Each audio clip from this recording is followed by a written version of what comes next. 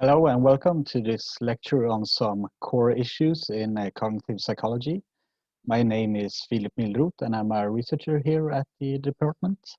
And it's unfortunate that we can't have this lecture in vivo, so to speak, but I'm looking forward to seeing you all during some of the seminars that we will be held during the fall of this course.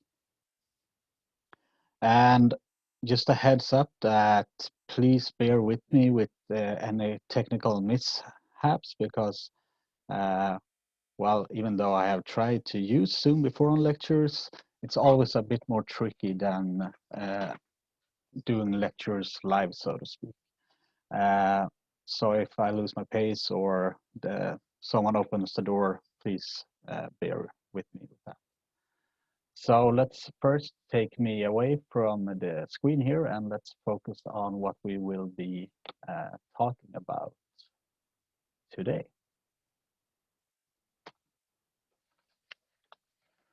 So today's lecture has one goal, and it is to help you digest the course content, and more specifically, help you to understand what typically constitutes a cognitive model and how cognitive models can be used. And I aim to pursue this goal by discussing some of the core issues which keeps reappearing in the literature. And so what are some of these issues? Well, one is basically why do we need cognitive models? And of course, before answering this one, we have to know what defines a cognitive model, what it constitutes. So after this lecture, you should be able to respond to what a cognitive model is and why they are important for the field, psychology in general. And I also want to touch on the multiple phases of the so-called Bayesian revolution, because in the literature, the term Bayesian is reoccurring, but in different articles, they refer to different meanings. So I want to try to disentangle those because that will definitely help you to understand the literature better. So one thing that I hear from students when they start to read more advanced articles in the field of cognitive psychology is that there's a lot of boxes, arrows, and equations. So for example, here we have a conceptual model of memory, which is boxes and models, so it may be pretty intuitive to understand, but they can also be quite complex at times. And to add to that, we have a lot of use of different equations. For example, here we have a Bayes theorem, which we'll discuss more later in this lecture. And here, for example, we have some kind of expectancy model, which we will also turn to later. But what I hear from people turning into the field of cognitive psychology is that they're kind of taken back by the complexity of the literature because there is so much conceptual models and mathematical models and stuff. What I want to stress here today is that you don't have to be a math genius to grasp what is said in the articles. You basically have to grasp that the models refer to some kind of meaning psychologically. And so you will just try to understand what are the psychological concepts that the models refer to. And hopefully this will be more clear after this lecture. So why should we even bother to try to understand how psychology can be formulated mathematically? Well, for one, it provides us with precise definitions of psychological theories. Moreover, it enables us to simulate what a theory actually predicts under different circumstances. And it enables us to generate and test exact predictions. And it also provides a very strong tool for comparisons between competing theories. And I mean, these four pillars are basically qualifications for any sound scientific practice, but I would say that in the field of psychology in general, people have perhaps been kind of sloppy with these pillars. And I'm sure some of you have heard about the current so-called replication crisis in psychology, which refers to the notion that, well, a lot of findings in psychology in the past half century does not replicate when researchers now try to conduct the exact same study or a similar study in conceptually. And many have argued that this failure to replicate is due to the underuse of clearly formulated theory. So findings may be easy to replicate if the theories do not provide precise definitions and they don't provide predictions and people don't compare between different theories. In that case, it's very easy to get away with, let's say, sloppy scientific practice. So let's get into the more nitty-gritty of what cognitive modeling actually is. Well, what it basically is that it defines psychological theories in mathematical terms. And again, you don't have to be a math genius to be able to use or understand these models, as will hopefully be clear during the course of this lecture. And since the 1970s, perhaps I would say there are a lot of notable examples. We have, for example, the Rescorla-Wagner model of learning, which is a hallmark theory in psychology in general now. And I don't provide the equation here, but feel free to look it up on the internet. And there's the context model of categorization. And in the field of decision-making and the risk and uncertainty, we have prospect theory, for example, which some of you may recognize that one of the founder of prospect theory, Daniel Kahneman, won the Nobel Prize. And that was in part due to the formalization of a cognitive model. And as we will talk about later in this lecture, we also have the so-called Bayesian mind model. So the key features of any cognitive model are the so-called free parameters, which capture psychological dimensions. So basically, when you read an article in cognitive psychology and there's some reference to an equation, what you want to do then is that you want to understand what in the equation is the free parameter and what is the psychological dimension of this parameter. So how do we go about conducting cognitive modeling? And I would say it refers to pretty much 8 steps. So we begin with a research question. For example, what cognitive process is the underlying cause for the behavior X, for example? Then we state competing hypotheses. So we can say that, well, the cause of the behavior X is due to attention, or we can say that the cause for the behavior X is due to memory. Thereafter, we formalize mathematical models for each of the hypotheses. So one equation here for attention and one equation for memory. We then try to search out situations where the models make divergent predictions. Okay, so what are the instances when the models predict different behaviors? We then try to create these situations in the lab in behavioral experiments so we can collect some data, okay? And when we have conducted the experiment and we have all the data, we use these equations and we say that we fit the models to the data. And we then look at the measures of the fit between model predictions and data. And we will see which one is best able to predict the behavior we observed in the experiment. And we can also drive new predictions and conduct another experiment and so on and so on.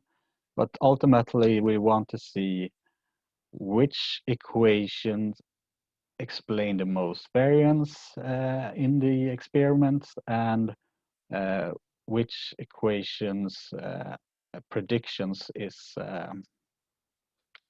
verified. And ultimately, then we can find the equation that does the work best regarding this. And our hypotheses regarding attention versus memory can be supported and or rejected. So let's try to work through an example of what this could look like. So we have Yachem here and colleagues who in 2005 provided a demonstration of how cognitive modeling can be used to increase our understanding about psychological processes. So they used a task called the Iowa gambling task, which we will look at just short of now. And this is a task that was developed to study the learning and risk, how people learn in a risky environment and how their risk attitudes are shaped. And they present a model which actually precedes them. It was by Basmer Stout in 3 years prior that they argue is valid for capturing behavior in this task. So looking at the Iowa gambling task, it's set up like this. So there's 4 decks of cards labeled A to D, and participants in the experiments are asked to successfully sample 100 cards from these decks. And all cards are associated with a monetary gain, and some cards are also associated with a monetary loss. And the ultimate task for the participant is to maximize the final payoff. So it can look like this. So we have our first round here, and I take a card from deck A, and in this here I get the feedback that I won 100 but lost 0. And you can see my tally is now 100 in total. And in the next round, I choose from deck C, which here I won 50, but I also lost 50 from this deck. So I had 100 and it added 50, but then it also subtracted 50. So my tally is still 100 here. And in the third round, I sample again from deck A, where I now won 100 and I lost 0. So my tally is now 200 here. And well, I like deck A now, so I will sample from it again. But here I won, but also lost 250. So now my tally is only 50. So there are so-called like optimal ways of how to sample from the decks in order to perform as good as possible. So what the expectancy balance model is that it tries to explain how people learn in this environment and what they attend to, and if they bring some kind of underlying risk preference with them coming into the task. And the basic idea behind the model is that there are 3 factors that might cause poor performance in this Iowa gambling task. And with poor performance, I mean performance that is not in accordance with how people should go about if they want to maximize their tally in the task. So it could be that people have a biased attention to losses versus gains. So when they look at the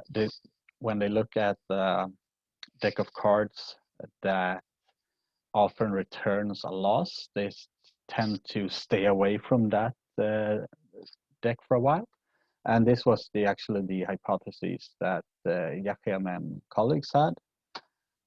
But the expectancy balance model also holds that poor performance could be due to poor learning because there's too much focus on recent events.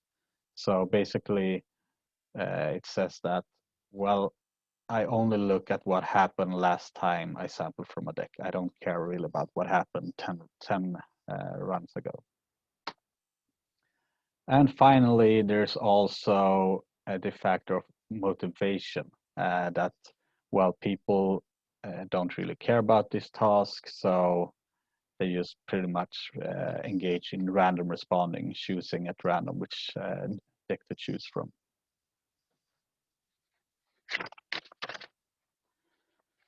And the neat thing here with this cognitive model is that it allows us to study these factors and compare the factors against each other. So let's look at what the three factors would are, how they are formalized mathematically. So Yachem and colleagues' main hypothesis was that a decision maker's attention is biased towards either gains or losses. Is captured by the following equation here. And okay, don't get too ramped up when seeing this equation. If you don't really understand any math, that's just fine, because let's turn the attention to what these equations, what it refers to, the psychology of the so-called parameters here. So we have here, which is the experience balance V in round T. And remember, there's 100 rounds in the Iowa gambling task. Second, here we have the amount of gain or loss that is obtained in a certain round. So if we would put in 50 here, that would refer to the ratio in that specific round. But now things start to get interesting, because T here and B, that's really given by everything else in the equation. But the alpha parameter here, that is what we call a free parameter, because that can vary. And that is what we try to estimate for each individual here. So a weight here between 0 and 1 measures whether the decision maker attend relatively more to gains, and in that case alpha is larger than 0.5, or relatively more to losses, and in that case alpha is less than 5. And if it's 0.5 exactly, that would simply apply that people attend equally much on gains and losses, and that is what the normative theory holds that people should do. But the expectancy balance model also hold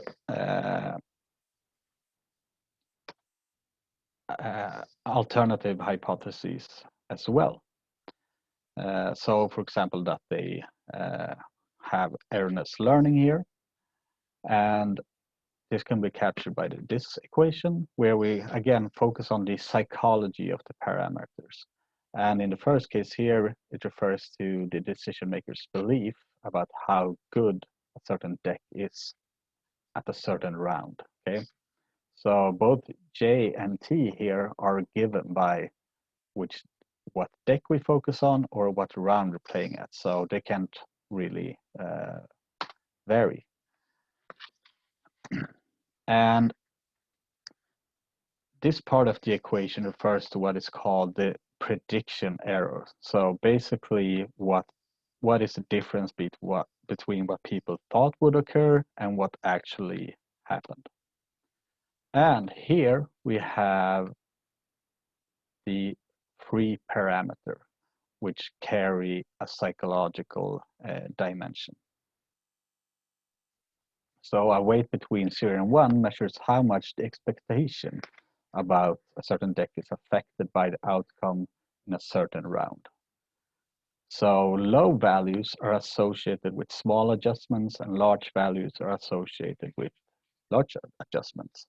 So, and again, if it's 0.5, that would mean that people adjust perfectly. So they are really well calibrated when they learn this task. While smaller and large values refer to that people's learning is not really calibrated in accordance with the normative theory. And also we can have the case where perhaps people respond in random because they're not really motivated by the task. And again, I'm not going to go through the equation here because I think that will only make things more complex for you. And the aim here is to just connect equations with psychological dimensions. And again, here, this part of the equation refers to a decision maker's belief about the goodness of a certain deck at the start of a certain round. And again, here, there's only one free parameter which carry a deep psychological dimension. So here a value determines of the beta parameter determines the level of randomness of the responses. So a low value, a high level of randomness, and a high value, a low level of randomness.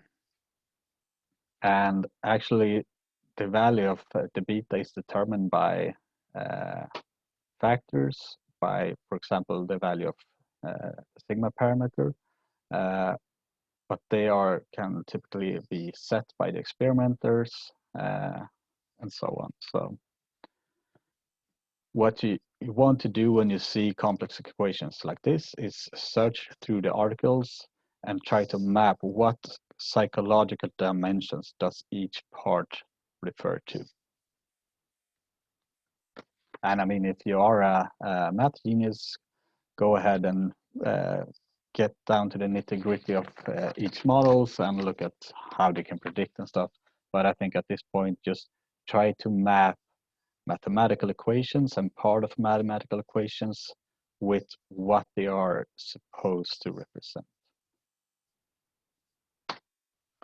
Okay, so going back to the case of Yahya and colleagues, we have now worked through a number of the steps of the general procedure that we apply when engaging in cognitive modeling.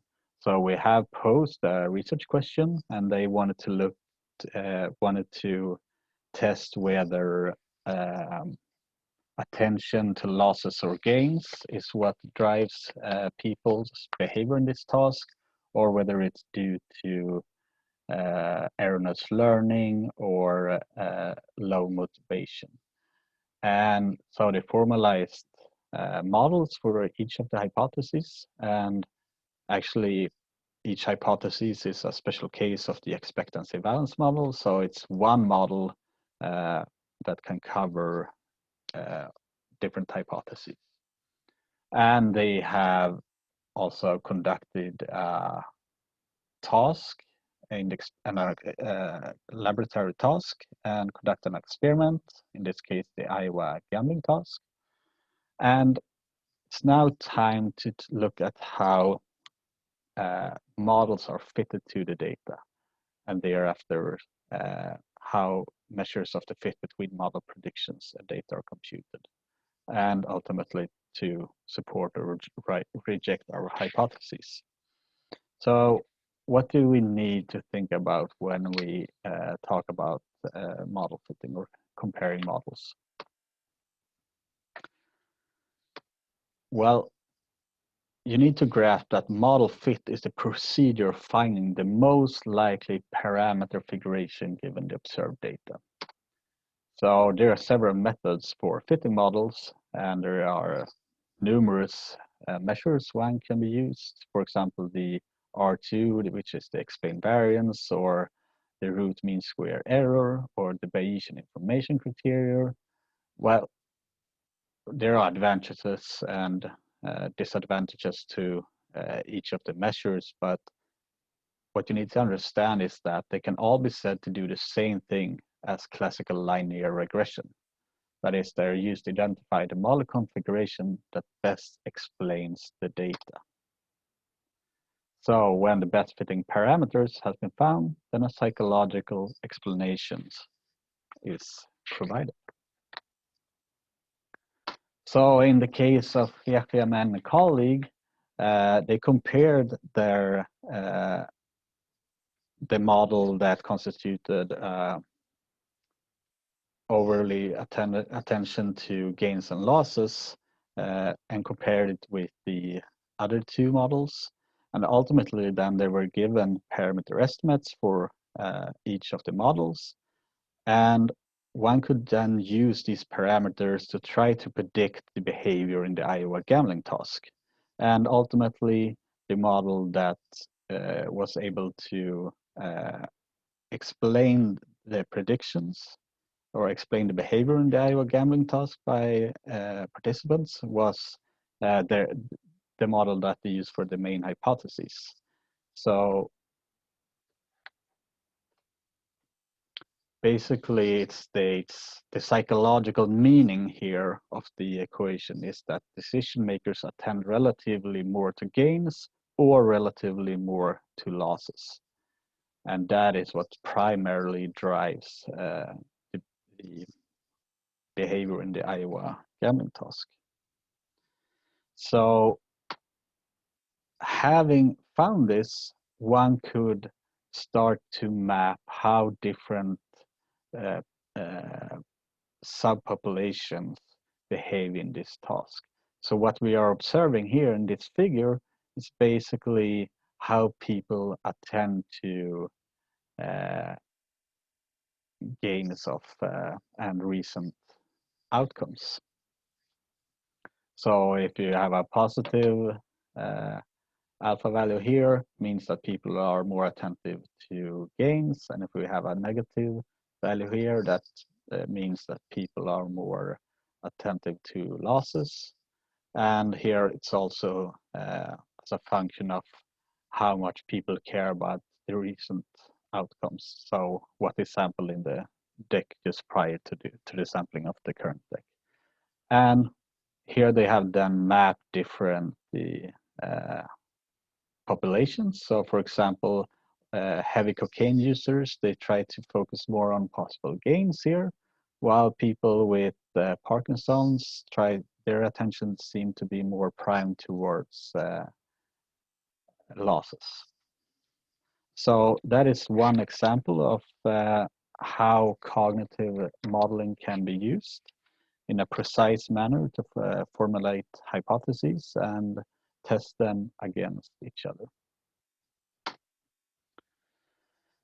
So now that we have hopefully like a grasp of what cognitive modeling is, let's try to understand Bayes a bit and how Bayes' theorem is used in cognitive psychology. Well, basically, the theorem was outlined in the 18th century, so it has a couple of hundred years to it. And what it does is that it defines the optimal way of computing the conditional probability of hypothesis H, given prior beliefs and current evidence.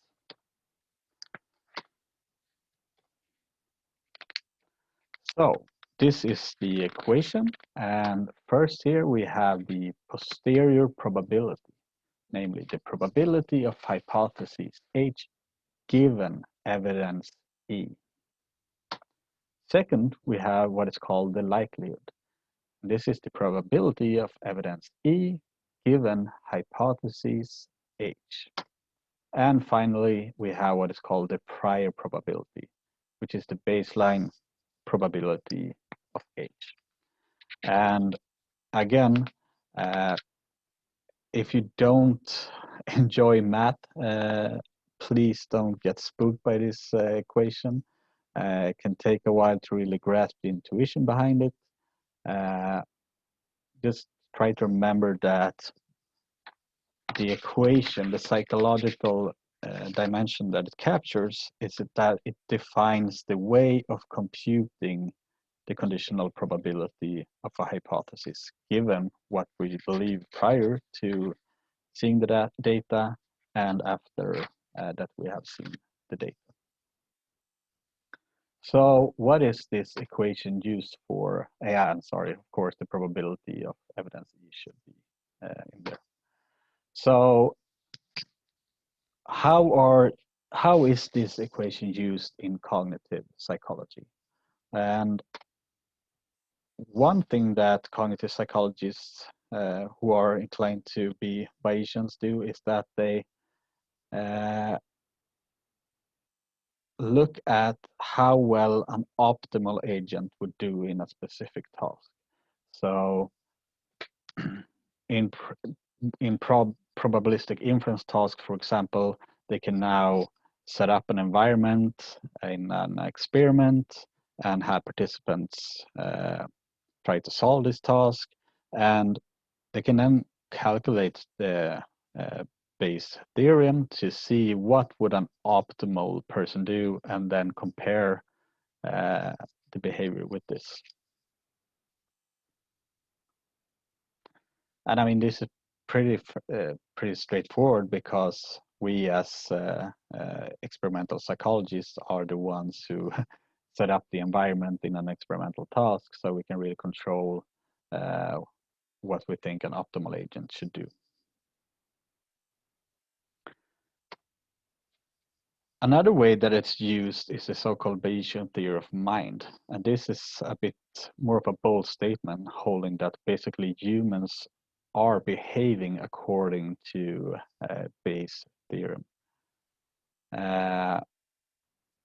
So it basically states that people are not necessarily calculating Bayes' theorem explicitly in a lot of different situations, but that the human mind uses some kind of estimation techniques similar to those that are currently developed in the field of Bayesian statistics.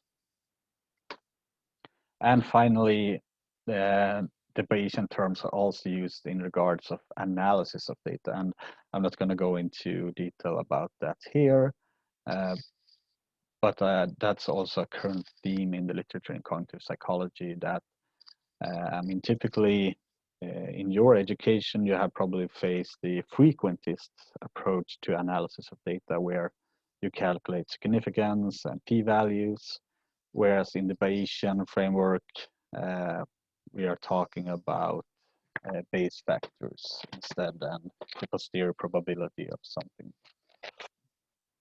And why people are engaging in this now is because it takes a lot of computational power to do these calculations, and it's only recently that the computers are fast enough to do these kind of computations. But I will try to focus now on the first 2 points and how cognitive psychologists are using Bayesian theory there. Okay, so let's get the equation up here again, so you have it fresh in your mind. And let's try to use an example of what it would be, how we can state it. So we have a hypothesis H. Could be, for example, like there is a monster under my bed. The ball is approaching, or the word that I hear is Bayesianism. And we could have evidence, which would be E here, could be ambiguous patterns in the sensory output. And prior beliefs could be, for example, how much I believe in monsters, my beliefs about encountering an approaching ball in the current context, or my beliefs about hearing the word Bayesianism in the present context. And what Bayes' theorem does then is, again, it defines the optimal way of solving one of the main problems faced by human beings. The problem of drawing inferences about the state of the world from ambiguous data. So again, when I talk about ambiguous patterns in the sensory input here, that could refer to the fact that when I'm driving in traffic, I can't encode everything exactly as it is. So my mind has to make some kind of shortcuts. And that is what causes the ambiguity. So one could more or less state that we are always living in something akin to an uncertain world, because we can't know and encode everything exactly as it is, because it would be take too much time and be too complex for a mind to solve.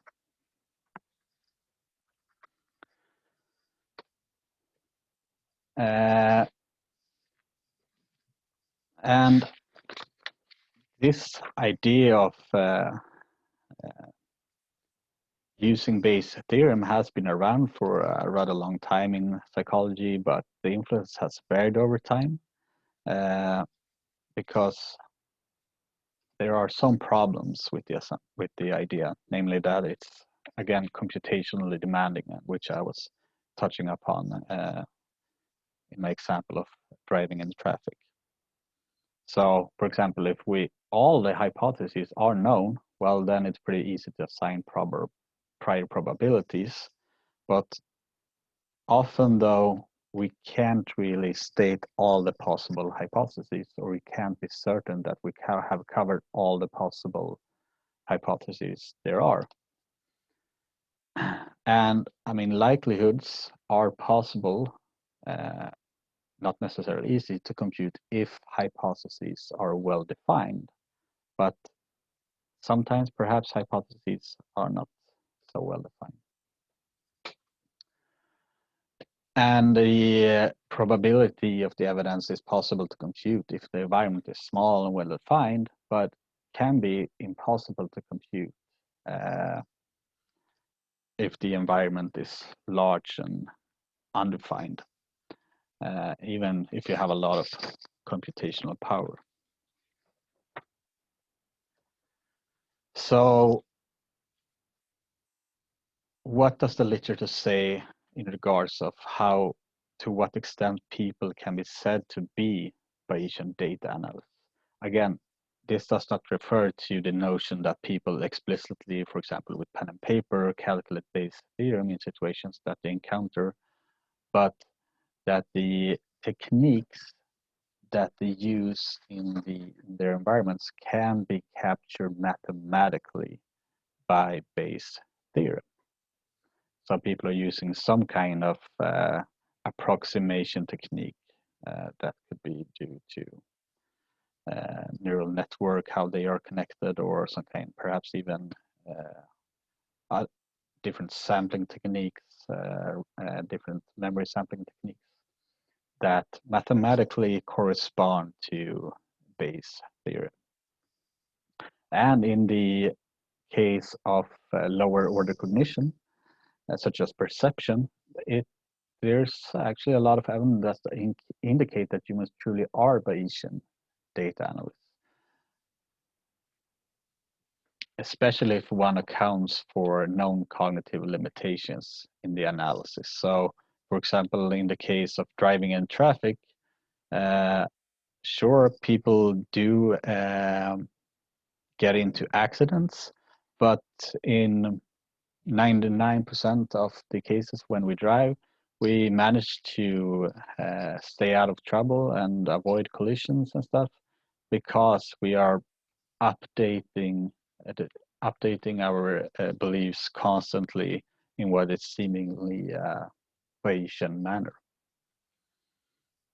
And this is especially true if you, for example, account for the notion that our sensory input is not completely perfect due to perhaps how our visual system is constituted or working memory constraints. But if one looks at the literature of more higher order cognition, we don't really see that people are Bayesian in the same manner. So here we have an example of a typical so-called Bayes rate problem. So the problem is that you read in a medical paper that women who are over 40 years old who participate in routine mammography screening have 1% probability of having breast cancer. And if a woman has breast cancer, then the probability that she will get a positive mammography is 80%. Moreover, if a woman does not have breast cancer, then she has a 9.6 probability that she will also get a positive mammography screening. A woman more than 40 years old had a positive mammography in a routine screening. What is the probability that she actually has breast cancer? And participants are typically given some choices here. And if we would go about calculating the probability using Bayes' theorem, I'm not going to go into detail here about that because, again, I don't want to fixate on your mathematical skills here, but the psychological dimensions of the equations. But if one would calculate the probability using Bayes' theorem, we would find that there's an 8% chance that this person has breast cancer. However, people typically don't answer that. So it seems that from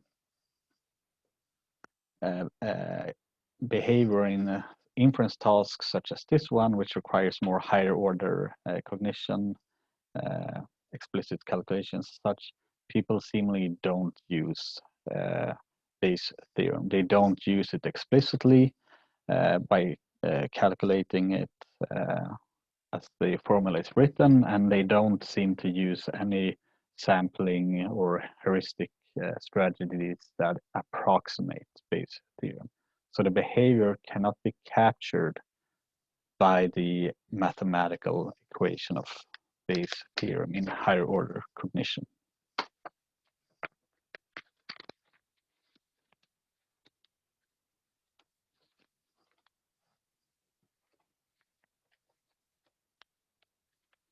So in lower order cognition, such as perception, human behavior seem to often be able to be captured by the mathematical equation of Bayes' theorem. So there it is a good cognitive model of human behavior. But on from the perspective of higher order cognition, the Bayesian theory of mind hypothesis appears highly unlikely. And what I say here, at least in the strongest form, there are examples where people have found that people seem to do some strategy that could approximate Bayes' theorem, but I think in those studies, people have had to make a lot of different prior assumptions going into that analysis. So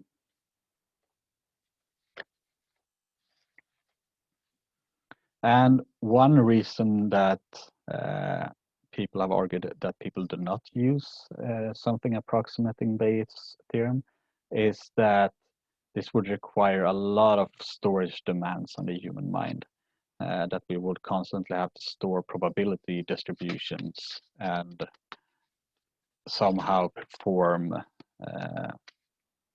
Bayesian data analysis on these probability distributions, either by explicitly calculating Bayes' theorem or by engaging in some kind of strategies that approximate Bayes' theorem, in the sense that the equation of Bayes' theorem capture the predictions that we set up in the different behavioral tasks. So what are people doing then in higher order cognition?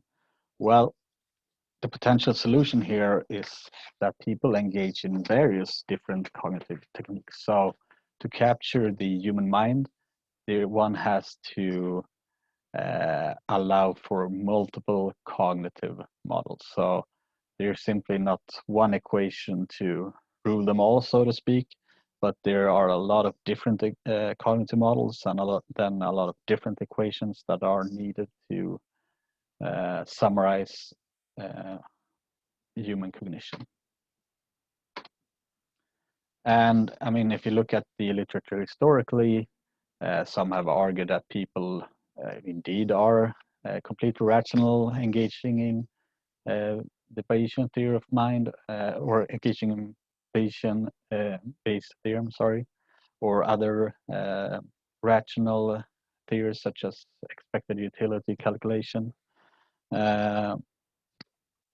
And this can also be done by arguing that people engage in some kind of simpler programs of algorithms that can approximate Bayes. For example, they engage in some kind of memory sampling which can also sum up to the equation of Bayes' rule.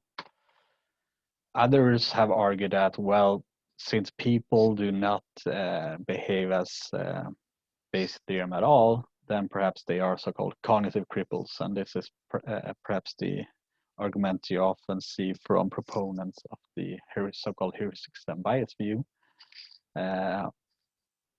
often led by a Nobel Prize winner, Don Kahneman. And others have argued that, well, even though people don't engage in Bayes' theorem or approximations of Bayes' theorem, does not mean that they're not rational, that they're cognitive cripples.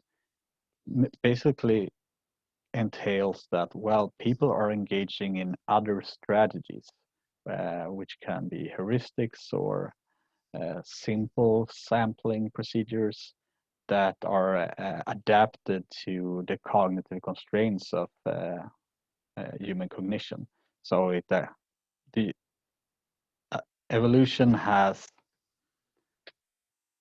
advanced human cognition in the sense that in our everyday environments, there are a lot of input, and in order to account for this input with the cognitive constraints that we inherently have, such as we have a limited working memory and we have imperfect attention and such, we have advanced a set of strategies that are pretty simply to execute, but that will still often give us behavior that is adaptive in the evolutionary sense.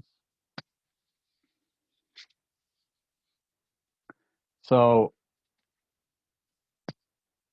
if you are still a bit nervous about Bayes' theorem and that equation, I just want to stress that, well, it's nothing sacred in cognitive psychology. It is one cognitive model among others.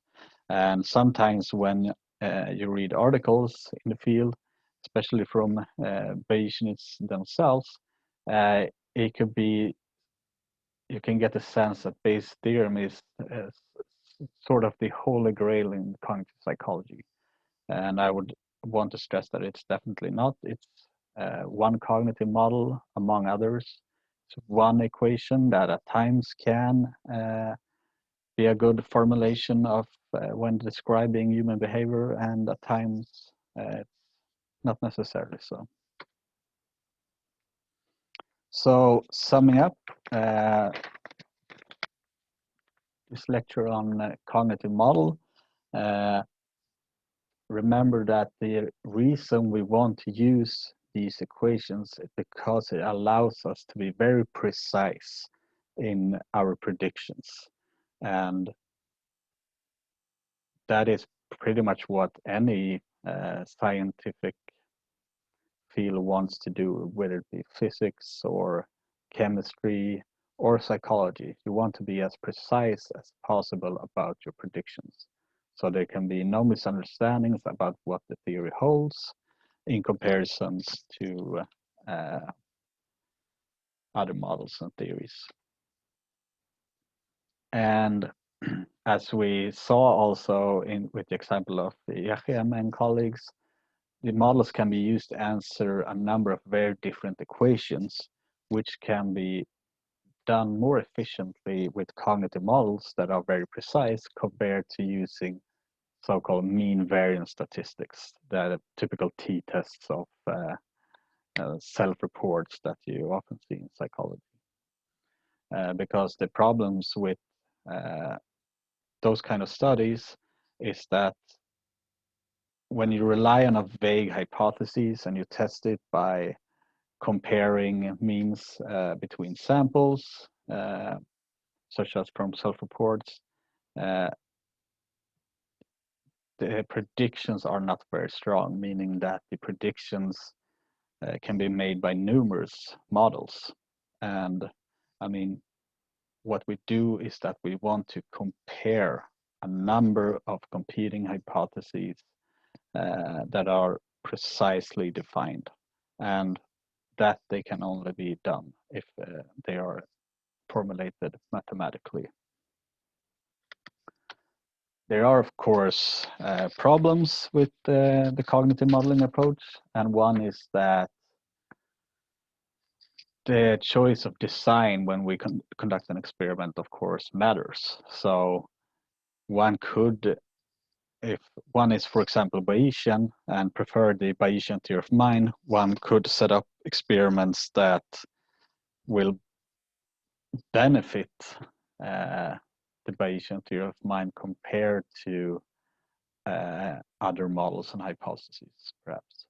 So we want to be sure that we design experiments that are really good at the disentangling different predictions. And there is also the issue of overfitting the data. And with this, I mean the case that is also typical of, well, regression in general, that if you have a lot of parameters, then you will naturally have more explained variance. But even though the amount of explained variance, R2, is 95%, it's not necessarily, though, the case that this is the correct account of the data. Could very well be that 3 other models also explain 95% of the variance, but they explain variance that are specific for that specific model. And I mean, this is again stresses that we need to compare models to alternative models. As long as we only compare one model and test it and look at how much variance it explains, we haven't really learned much. What we want to learn is how can we best predict behavior. And in that case, we need to set up predictions for competing models. And with that, I hope that you have learned a bit more about what cognitive modeling is, and that you haven't been taken aback by the math that goes into cognitive modeling, but that you have grasped that those equations are there in order to formulate precisely some psychological dimension. So when you see equations in articles, just if you're anxious about math, just hold your breath and try to grasp that. Well, okay, this equation has some psychological meaning. Let's search the article about what the psychological meaning is. And that should be explicit in the article. Otherwise, it's nothing wrong with you, but something wrong with the written article. So it should, in every article, it should be explicitly stated what psychological dimensions are captured in the cognitive model. And with that, I want to wish you good luck with reading the literature, and looking forward to see you at the seminars.